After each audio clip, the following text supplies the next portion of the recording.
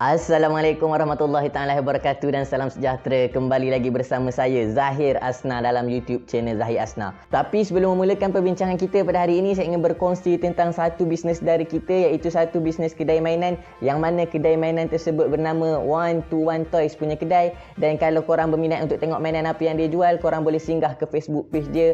Dalam Facebook page dia ni ada dia tunjuk mainan-mainan apa yang dia jual, dan link untuk Facebook page 121 Toys ni saya akan tinggalkan di ruangan description di bawah. Bagi orang-orang Kota Baru pula, koho molek, koho comel lah. Sebab kedai mainan ni terletaknya di Taman Kurnia Jaya, Pengkali Cepa, Kota Baru lah. Nanti boleh buka location di Facebook page dia, dan mudah lah untuk orang Kota Baru nak pergi cari mainan situ. Nak buat hadiah untuk hari jadi anak ke, untuk anak-anak son, anak-anak katil ke deh. Jadi mudah lah untuk cari memang barang-barang comel-comel, memang rega murah-murah. Kalau barang tak molek lagi, demo memang tak kena barang boh. Kemah boh. Jadi kepada yang berminat untuk cari mainan, bolehlah singgah di Facebook page yang saya akan kongsikan di ruangan description di bawah. Baiklah, selesai sudah kita berkongsi tentang bisnes saudara kita tadi. Support saudara kita ni guys, korang boleh singgah Facebook page dia dan ramai-ramai tengok mainan apa yang dia jual dan boleh beli dengan dia kalau korang berminat. Jadi bertemu lagi kita dalam video yang lain dengan siapa yang lain. Bagi korang-korang yang tengah makan tu kan, lepas-lepas pukul 9 ni, yang mana tengah makan sambil minum teh tu, tengah ngeteh orang kata, yang mana sambil minum kopi tu tengah ngopi. Kalau tengah minum air kosong tu ngomong apa? Ngomong aja, enggak usah kemaluan. Kemaluan pula. Ngomong aja, enggak usah malu-malu ya.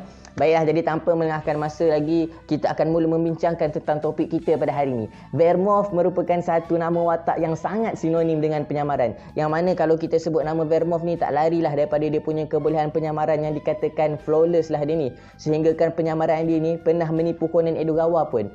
Conan yang merupakan watak utama cerita ni pun pernah tertipu dengan penyamaran daripada Vermouth ni. Penyamaran Vermouth ni kita dapat lihat pertama kali ditunjukkan dalam episod yang ke-230 dalam anime series Detektif Conan, yang mana Vermouth telah menyamar untuk menjadi sebagai seorang waiter di sebuah bar.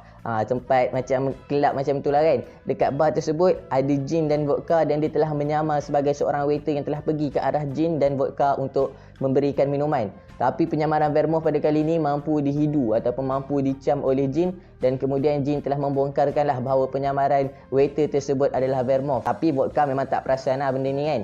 Jin boleh perasan pun yelah agak mencurigakan sebab dia tak order air, tiba-tiba ada orang datang nak bagi air kat dia kan. Jadi dia tahulah yang orang tu Vermouth, sebab orang biasa takkan berani punya tiba-tiba datang nak bagi air dekat orang yang berpakaian serba hitam yang nampak mencurigakan kan.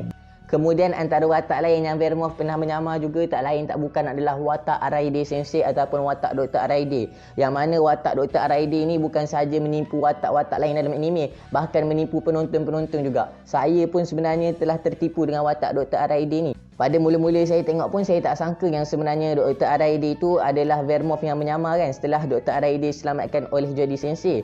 Mula-mulanya bila saya tengok anime series Detektif Conan ni, saya ingatkan yang Jody Sensei itu adalah Vermouth, sebab Jody Sensei kan dia suka guna ayat Vermouth yang a secret makes a woman tu kan. Jody Sensei suka ulang-ulang ayat itu. Jadi pada awalnya saya ingatkan yang Jody Sensei ni adalah Vermouth. Tapi dalam episod yang ke-345 baru kita tahu setelah dibongkarkan sebenarnya Vermouth ni telah menyamar menjadi Dr. Araide Sensei setelah Dr. Araide Sensei disembunyikan oleh FBI dan Jody Sensei. Maka watak Dr. Araide ni memang Vermouth bawa dengan betul-betul hebat lah. Sehingga kan setelah kes Dr. Araide ni selesai kan, kemudian Dr. Araide telah dibenarkan balik pulang untuk berkhidmat sebagai doktor. Dr. Araide ni siap bertanya lagi kepada Jody Sensei, betul ke Vermouth ni orang yang jahat? Sebabnya ramai orang kata yang Dr. Araide ni sangat-sangat baik masa dia tak ada. Maknanya Vermouth bawa watak Dr. Araide ni dengan betul-betul teliti lah, dengan dia punya kebaikan dia kan, dengan dia punya perwatakan yang memang bagus. Sehingga Dr. Araide yang sebenar tu pun merasa ragu apabila Jody Sensei mengatakan bahawa Vermouth ni watak yang jahat. Sehingga Dr. Araide bertanyakan kepada Jody Sensei, betul ke orang yang menyamar jadi dia sebelum ni adalah satu watak yang jahat? Kemudian Jody Sensei mengatakan, tak mungkin seseorang yang boleh membunuh sambil tersenyum tu adalah seseorang yang baik. Menunjukkan kepada kita bahawa Vermouth ni dia sangat mendalami ataupun in character lah apabila dia menyamar tu kan. Sehingga kan orang tu sendiri boleh rasa yang dia ni merupakan seorang yang baik. Kemudian antara watak lain yang pernah kita tengok Vermouth menyamar juga adalah watak sebagai Jody Sensei sendiri. Yang mana dalam episod yang ke-345, Vermouth telah memberitahu kepada Jody Sensei bahawa dia telah tiba di pelabuhan tu beberapa jam lebih awal daripada Jody Sensei datang, dengan menyamar sebagai Jody Sensei sendiri. Kemudian mengatakan kepada semua ejen FBI yang ada kat situ, "This is all for tonight." come back tomorrow. Sebab itulah masa Jody Sensei nak tangkap Vermouth tu, tak ada ejen FBI lain pun dekat kawasan tu kecuali Akai Suichi. Mungkin Akai Suichi telah mengetahui bahawa yang datang tu adalah Vermouth yang menyamar sebagai Jody Sensei. Jadi sebab tu Akai Suichi terus stay di situ untuk memastikan sama ada itu betul-betul Jody Sensei ataupun Vermouth. Nasib baik Akai Suichi ada kat situ dan akhirnya Akai Suichi telah pun hadir untuk membantu Jody Sensei yang telah pun ditembak oleh Vermouth. Kemudian kita juga dapat lihat yang Vermouth pernah menyamar sebagai Jody Sensei dalam episod yang ke-782 yang bertajuk The Scarlet Pursuit, yang mana dalam episod ni Vermouth menyamar sebagai Jody Sensei untuk mendapatkan maklumat daripada Andrew Camel tentang kematian Kusudari Kumichi. Sekali lagi kita dapat lihat bahawa penyamaran Vermouth ni sangat-sangat teliti, sehingga kan apabila dia berjumpa dengan Barbon selepas tu dan Barbon kata kat dia yang kenapa dia lewat, dia mengatakan bahawa susah untuk dia jumpa scarf yang sama dengan Jody Sensei, menunjukkan bahawa dia ni apabila nak jadi seseorang tu sampai tahap scarf pun mesti kena sama. Padahal kalau scarf tu lain-lain sikit, Andrew Camel pun tak perasan dalam keadaan yang dia tengah dipersoalkan oleh Amuro Toru ataupun oleh Barbon masa tu kan. Kita juga dapat lihat bahawa antara watak yang Vermouth pernah menyamar juga adalah watak seorang wanita yang mengandung, yang mana dengan watak ni dia telah berjaya untuk mengambil semula transmitter yang telah diletak dalam lengan Jody Sensei oleh Barbon kan. Jadi memang watak dia ni berjaya menipu Jody Sensei sampai Jody Sensei pun tak meragui wanita yang mengandung tu. Kemudian antara watak lain yang Vermouth pernah menyamar juga adalah Vermouth pernah menyamar sebagai Scar Akai, yang mana Scar Akai ini sebenarnya pada awalnya adalah Barbon yang menyamar kan. Tapi dalam episod The Jack Black Mystery Train, Vermouth telah menyamar sebagai Scar Akai semasa bekerjasama dengan Barbon untuk menangkap Sherry ataupun Haibara lah dalam train tersebut kan. Tapi ada dua penyamaran Vermouth yang paling saya minat dalam banyak-banyak penyamaran, yang mana satu ni dalam anime dan satu ni dalam manga, belum keluar anime lagi. Iaitu yang pertama yang dalam anime ni adalah penyamaran yang mana Vermouth telah menyamar sebagai Azusa-chan, yang mana Azusa-chan ni sebenarnya seorang pekerja Poirot Cafe bersama-sama dengan Amuro Toru. Vermouth telah menyamar sebagai Azusa-chan ni untuk pergi bersama-sama dengan Barbon untuk mencari maklumat tentang Asaka, iaitu merupakan satu tajuk album ataupun satu tajuk lagu yang telah dicipta oleh seorang penyanyi.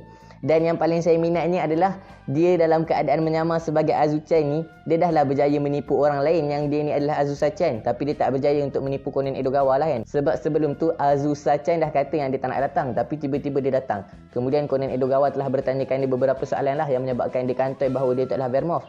Tapi orang-orang lain macam Ranmauri, Sonoko tak perasan yang dia tu Vermouth kan. Yang perasannya hanyalah Conan Edogawa saja. Tapi dalam keadaan Conan Edogawa tahu yang dia tu Vermouth yang menyamar sebagai Azusa-chan pun, Conan tetap tertipu apabila dia telah menggunakan suara Ranmauri. Masa tu Conan tengah fikir nak selesaikan kesnya kan.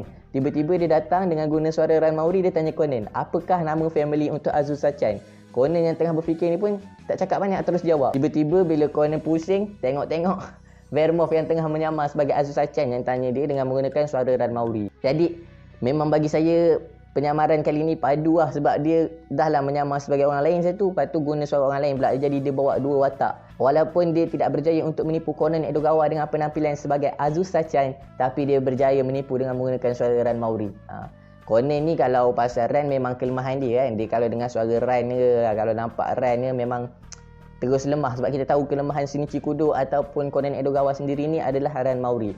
Yang kedua pula adalah penyamaran dia sebagai Yusaku Kudo. Yang ni dalam manga dalam chapter yang ke-1059. Yang mana dalam manga ni dia telah hadir ke rumah family Kudo sendiri dengan menyamar sebagai Yusaku Kudo. Tapi yang menarik tentang penyamaran ni adalah sekali lagi dia membawa dua watak dalam satu masa yang sama. Dia daripada segi penampilan telah pun menyamar sebagai Yusaku Kudo. Tapi di sebalik topeng Yusaku Kudo tu, dia berpura-pura bahawa dia adalah Kaito Kid. Sebabnya dalam cerita yang ke-1059 ni, Yusaku Kudo telah pun menyelamatkan Kaito Kid daripada satu tuduhan palsu. Jadi dia mengambil kesempatan tersebut dengan datang ke rumah Yusaku Kudo. Masa tu Yusaku Kudo terkena macam food poisoning macam tu lah kan. Kalau korang nak tahu lebih, korang kena baca manga ni lah. Jadi bila Yusaku Kudo tak sihat tu, dia telah pun datang dengan menyamar sebagai Yusaku Kudo daripada physical appearance dia, tapi dia berpura-pura menjadi Kaito Kid yang nak membalas jasa Yusaku Kudo tadi. Jadi masa tu Conan Edogawa buka pintu tengok Yusaku Kudo ada kat depan pintu. Conan Edogawa pun tertipu. Dia ingatkan yang Yusaku Kudo yang penyamaran ni adalah Kaito Kid. Sampailah pada penghujung manga tu baru kita tahu sebenarnya bukan Kaito Kid yang datang jadi Yusaku Kudo tu, tapi yang datang tu sebenarnya adalah Vermouth sendiri. So memang dua penyamaran ni saya rasa memang hebat lah. Dalam satu masa yang sama dia boleh bawa 2 watak. Selalu kita tengok satu masa dia bawa 1 watak je kan. Jadi Vermouth ni saya rasa tak salah lah kalau kita gelar dia sebagai The Queen of Disgust kan. Sebab dia punya penyamaran memang TikTok lah. Dan Vermouth ni dia telah pun mahir dalam ilmu penyamaran ni disebabkan oleh dia telah menuntut ilmu penyamaran ni dengan seorang magician terkenal di Jepun.